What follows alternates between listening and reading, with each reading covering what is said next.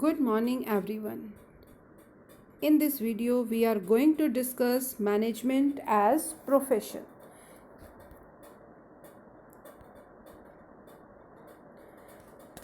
What is profession?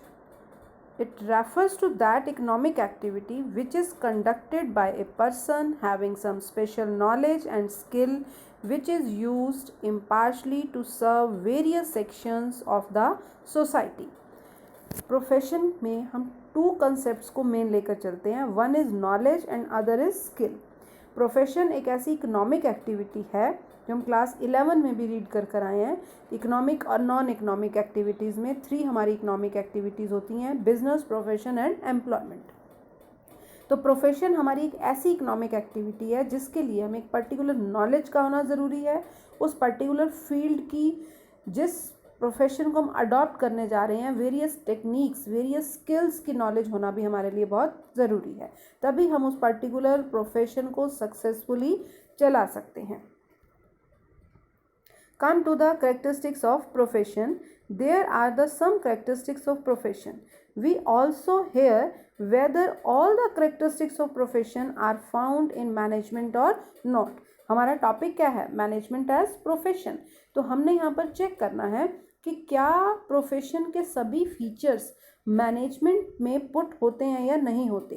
यानी कि management में प्रोफेशन के सभी फीचर्स सही तरीके से फिट आ रहे हैं या नहीं आ रहे हैं. अगर सभी फीचर्स मैनेजमेंट में पूरी तरह से फिट हो रहे हैं तो हम कहेंगे कि management is a full fledged profession. और अगर सभी फीचर्स पूरी तरह से मैनेजमेंट में फिट नहीं हो रहे हैं तो हम कहेंगे management is not a full fledged profession. तो चलिए डिस्कस करते हैं. First one is well defined body of knowledge. Profession का फर्स्ट फीचर है all the professions are based on a well defined body of knowledge that can be acquired through education and training. जो भी profession आप adopt करने जाते हो उस profession के लिए आपको उसकी पूरी नॉलेज होनी चाहिए. और वो नॉलेज आपको कहाँ से मिल रही है? एजुकेशन से मिल रही है, ट्रेनिंग से मिल रही है. अब आप चेक करो कि क्या मैनेजमेंट में भी ऐसा फीचर कोई है कि प्रोफेशन का ये फीचर मैनेजमेंट पर फिट आ रहा है या नहीं आ रहा. Management is based on a systematic body of knowledge. Management भी क्या है? एक सिस्टमेटिक बॉडी ऑफ नॉलेज है. कैसे है? It has its on principles based on experiments. हमने पढ़ा है जब हम मैनेजमेंट एज साइंस और management as an art discuss कर रहे थे तो हमने वहाँ पढ़ा कि मैनेजमेंट के कुछ क्या हैं? प्रिंसिपल्स हैं. और वो प्रिंसिपल्स कैसे बनाए गए हैं? वेरियस एक्सपेरिमेंट्स, ऑब्जर्वेशंस, टेस्टिंग से बनाए गए हैं. ठीक है. तो this knowledge can be acquired at different educational institutions. और ये नॉलेज हमें कहाँ से मिली है? अलग अलग एजुकेशनल इंस्टीट्यूशन से मिली है.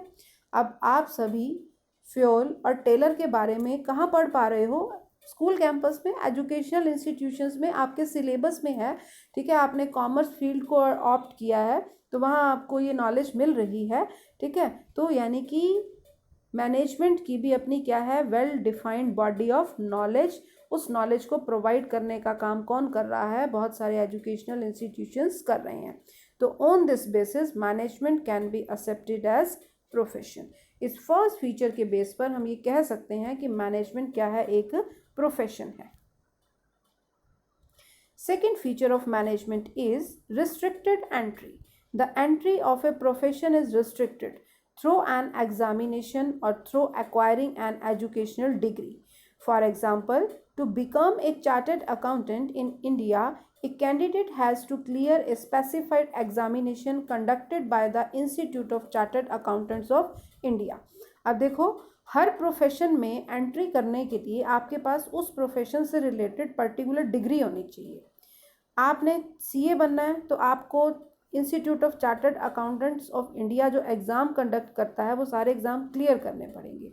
आपने डॉक्टर बनना है तो आपको डॉक्टर बनने से रिलेटेड जितने भी एग्ज़ाम हैं एक पर्टिकुलर एग्ज़ामिनेशन सेंटर के अंडर जो कंडक्ट किए जा रहे हैं वो सभी क्लियर करने पड़ेंगे.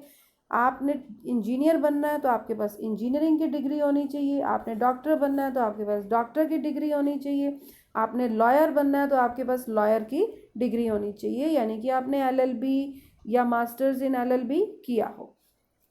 अब टेस्ट करो कि क्या मैनेजमेंट में ऐसा कुछ है। There is no restriction on anyone being designated और appointed as manager in any business enterprise.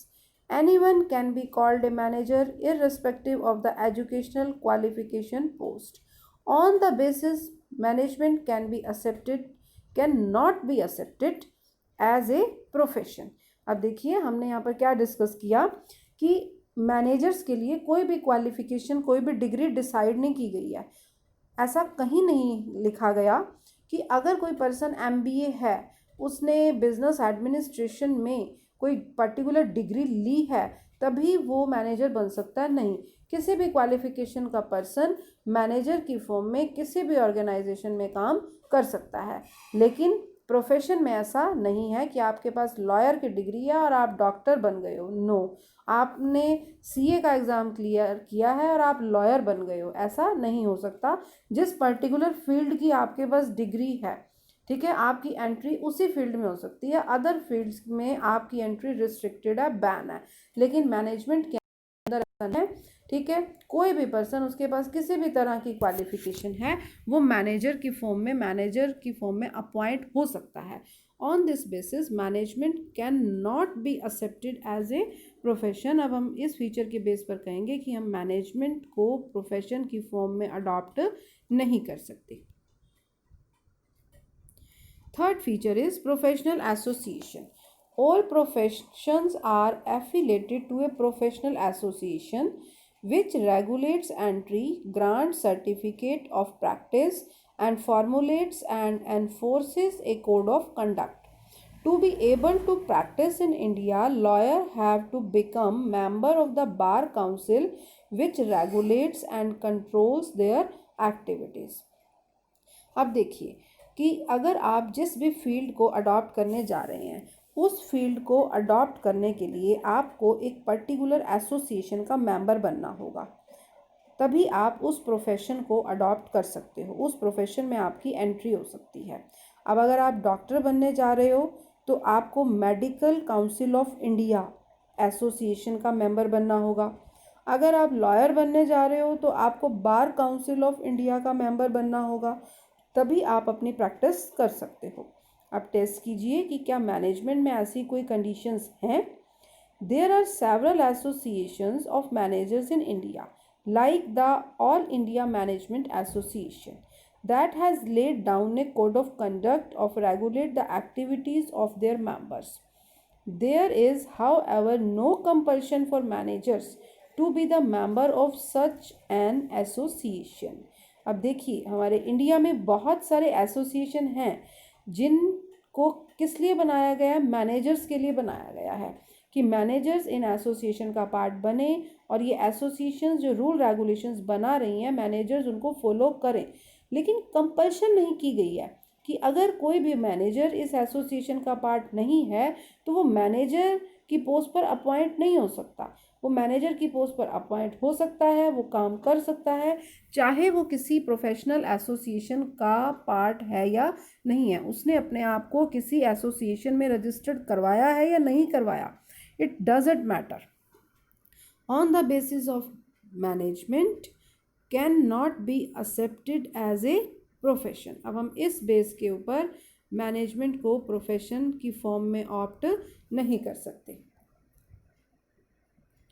Fourth feature is ethical code of conduct.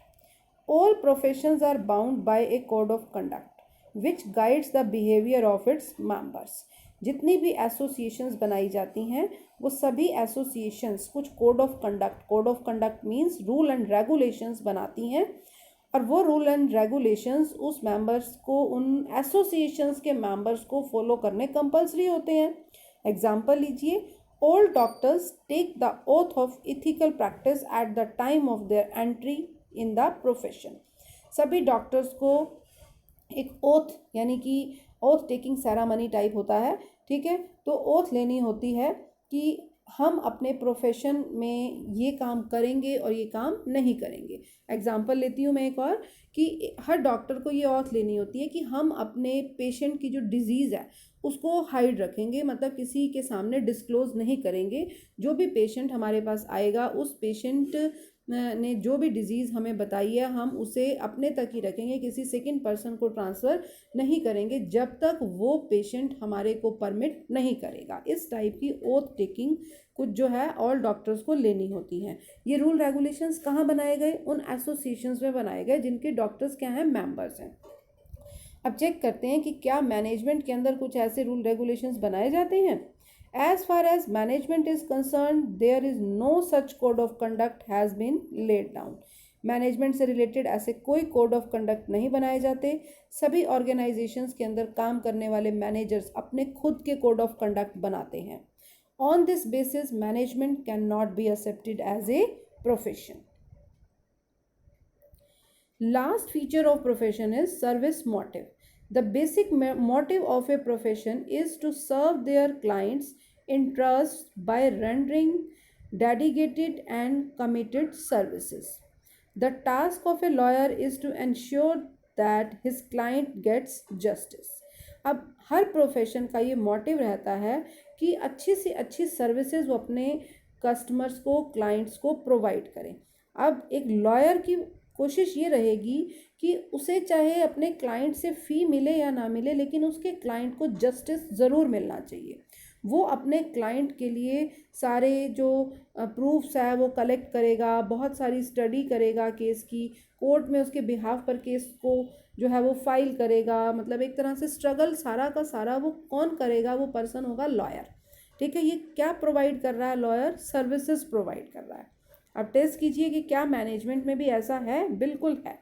Profession जो है उसमें जो फीचर्स हैं उनमें से 2 फीचर्स ही मैनेजमेंट में मेनली इम्प्लीमेंट होंगे। एक तो फर्स्ट था well defined body of knowledge और एक होगा सर्विस मोटिव। आइए चेक करते हैं। प्रॉफिट मैक्सिमाइजेशन में be the basic objective of management, but now it days it does not hold true and fast changing. देखिए, प्रोफेशन का जो बेसिक पर्पस है वो पैसा कमाना है, क्योंकि जो भी प्रोफेशनल्स हैं वो हमें अपनी फ्री में सर्विसेज प्रोवाइड नहीं कर रहे हैं। ठीक है, और लेकिन उनका मेन मोटिव क्या है? सर्विस प्रोवाइड करना, मनी अर्न करना मेन मोटिव नहीं है। सेम इसी तरह से मैनेजमेंट में कौन काम कर रहे हैं? मैनेजर्स। बेशक मैनेजर्स की जो अपॉइंटमेंट है वो किस लिए की गई है कि वो ऑर्गेनाइजेशन को प्रॉफिट अर्न करके दें, लेकिन आज के टाइम में ये पिक्चर पूरी तरह से ट्रू नहीं है। इसमें बहुत तेज़ी से चेंजेस हो रहे हैं। The social responsibility of managers और management are being stressed upon increasingly. आजकल बिजनेस के अंदर सोशल रिस्पॉन्सिबिलिटी जो है वो बहुत ज़्यादा क्रिएट हो रही है। सभी मैनेजर्स को काफ़ी हद तक सोशल रिस्पॉन्सिबिलिटी को निभाना होता है। ठीक है, उनको इकोनॉमिक ऑब्जेक्टिव्स के साथ साथ सोशल ऑब्जेक्टिव्स को भी अचीव करना कंपलसरी हो गया है, अगर वो मार्केट में अपनी ऑर्गेनाइजेशन को सर्वाइव करवाना चाहते हैं। अगर किसी ऑर्गेनाइजेशन को लॉन्ग सर्वाइवल चाहिए तो इकोनॉमिक, पर्सनल ऑब्जेक्टिव्स के साथ साथ मैनेजमेंट को सोशल ऑब्जेक्टिव्स भी अचीव करने क्या हैं? कंपलसरी हैं। तो इस बेस के ऊपर हम ये कह सकते हैं कि management can be accepted as a profession. ठीक है, तो हमने यहाँ पर 5 फीचर्स को स्टडी किया। 5 में से 2 फीचर्स जो हैं वो क्या हैं? हमारे फेवर में हैं, और 3 फीचर्स क्या हैं? हमारे अगेंस्ट में हैं। Now come to the conclusion. On the basis of the above study, it can be said that management does fulfill some of the characteristics of the profession and some of the characteristics has yet to develop.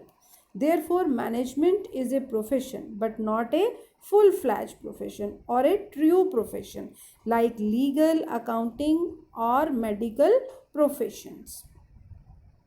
Thanks for watching this video.